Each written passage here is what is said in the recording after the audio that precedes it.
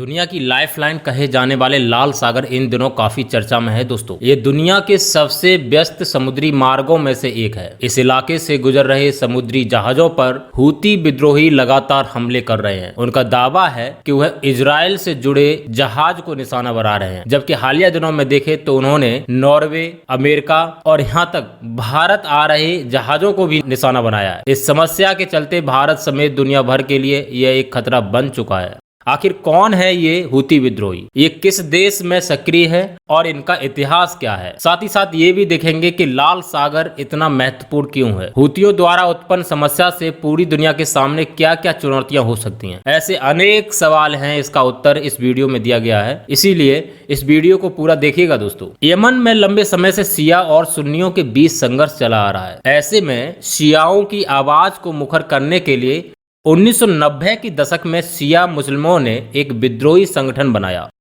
जिसे हौसी या हूती कहते थे। इसका नेतृत्व एक प्रभावशाली मौलवी जिसका नाम था बदरुद्दीन अल हूती, इसने अपने बेटे हुसैन अल हूती के साथ मिलकर के साल 1990 में इस संगठन की स्थापना की थी। ये दोनों ही 1979 में हुई ईरानी क्रांति और 1980 के दशक में दक्षिण लेबनान में हिजबुल्लाह के उदय से प्रभावित है। इन्होंने सबसे पहले यमन के जायदियों के बीच सामाजिक एवं धार्मिक नेटवर्क बनाना शुरू किया। ये यमन के उत्तरी प्रांत सादा में रहने लगे, जो सऊदी अरब की सीमा के नजदीक है। इस संगठन की शुरुआती मंशा अच्छे इरादों को लेकर के थी, लेकिन बाद में यमन सरकार के खिलाफ ये खड़े हो गए और विद्रोह कर दिया। यह विद्रोह इस स्तर पर पहुंच गया कि देश में गृह युद्ध भी छिड़ गया था और 2000 तक आते आते यमन की सेना ने इसका मुखिया हुसैन अली को मार दिया। फिर इसका और भी प्रभाव आगे बढ़ता गया और साल 2014 तक इस संगठन का प्रभाव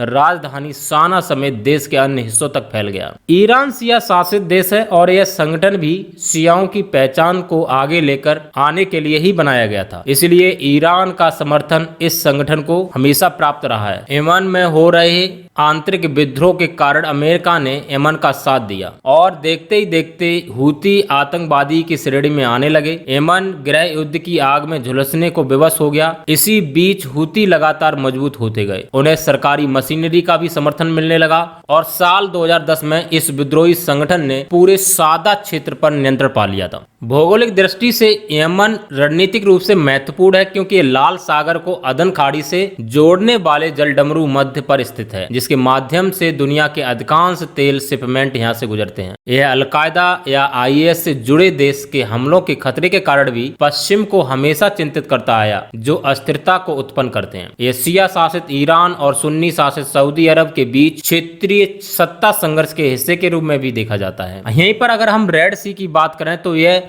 अफ्रीका और एशिया के बीच हिंद महासागर का प्रवेश द्वार है। दुनिया में प्रमुख लवड़ी जल निकायों में से यह एक क्षेत्र है। सीमावर्ती अगर देश इसके हैं तो मिस्र, सऊदी अरब, यमन, सूडान, इरिट्रिया और जिबूती हैं। वाब अल मंदेब जलडमरू मध्य और अदन की खाड़ी के माध्यम से दक्षिण में यह हिंद महासागर से जुड़ा हुआ है। उत्तर में सिनाई प्रायद्वीप, अकाबा की खाड़ी और सुएज की खाड़ी, जो सुएज नहर की ओर जाने वाली हैं, वो इससे जुड़ी हुई हैं। Great rift valley Afro Arabian rift valley का एक हिस्सा के रूप में ये आता है। रणनीतिक दृष्टि से देखें तो यमन एक महत्वपूर्ण क्षेत्रों में से आता है और इसी का फायदा उठाकर हूती विद्रोही लगातार इस क्षेत्र से गुजरने वाले जहाजों पर निशाना बना रहे हैं। उनका मानना है कि वो हमास के पक्ष में हैं और जो देश हमास के पक्ष में है हम उनके जहाजों पर निशाना नहीं बनाएंगे, लेकिन जो इजराइल का साथ दे रहे हैं हम उनके जहाजों को निशाना बनाएंगे और उन्हें हाईजैक करके अपने देश लेके जाएंगे। कूटनीति दृष्टि से देखें तो बैलेंस ऑफ पावर की भी यहाँ पर बात हो रही है। यहाँ अगर देखा जाए तो इजराइल का साथ अमेरिका लगातार दे रहा है, इसीलिए इजराइल गाजा पट्टी पर अपना अधिकार जमाता हुआ जा रहा है। कोई भी देश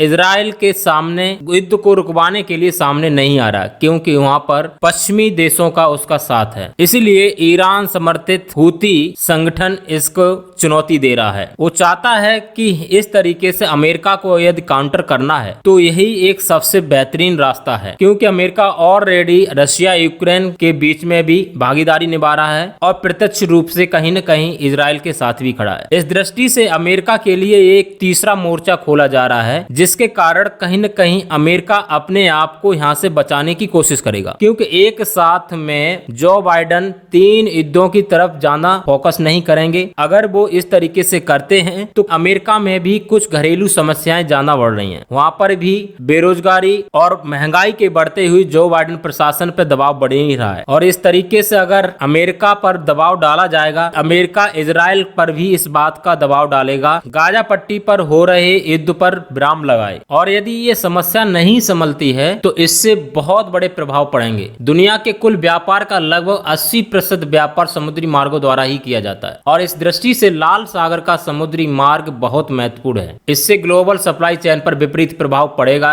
वस्तुओं के आदान प्रदान में विलंब होगी, जिससे घरेलू स्तर पर महंगाई बढ़ेगी। तेल की कीमतें बढ़ जाने से भी विश्व की अर्थव्यवस्थाओं पर प्रत्यक्ष रूप से इसका प्रभाव पड़ेगा। साथ ही साथ शिपिंग कंपनियां इस रूट को ना अपना करके वो दूसरे रूट को अपनाएंगी, जिस रूट के माध्यम से ये दूरी हजारों किलोमीटर की बढ़ जाती है। यह रूट दक्षिण अफ्रीका के केप ऑफ गुड होप से होकर के पश्चिमी देशों से जोड़ता है। हूती विद्रोहियों की लगातार चुनौती आने से पूरे विश्व में चिंता का विषय बन चुका है। फिलहाल अमेरिका ने कई राष्ट्रों को संगठन करके एक अलग सेना का निर्माण किया है, जो लाल सागर पे हूती विद्रोहियों का सामना करेगा और यातायात को बहाल कराएगा। और यही हिंदुस्तान टाइम रिपोर्ट के अनुसार भारत की बात करें तो भारत ने भी अपने मिसाइल से लैस 2 युद्धपोत INC कोची और रडार की पकड़ में नहीं आने वाले INS कोलकाता को अदन की खाड़ी में तैनात किया। अब देखते हैं ये सभी देश मिलकर के इस समस्या का किस तरीके से नेतृत्व करते हैं और इस व्यापार मार्ग को बहाल बनाने में किस तरीके से आगे आते हैं। जैसा कुछ भी होगा आगे की वीडियो में आप लोगों को अवगत कराया जाएगा। Thank you.